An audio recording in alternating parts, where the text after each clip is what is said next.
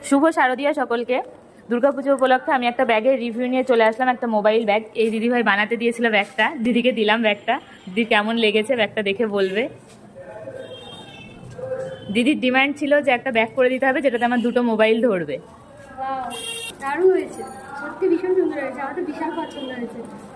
আমার দুটো ফোনের জন্য আমি বলেছিলাম, তো দুটো ফোনের জন্য এই ব্যাগটা একদম পুরো পারফেক্ট।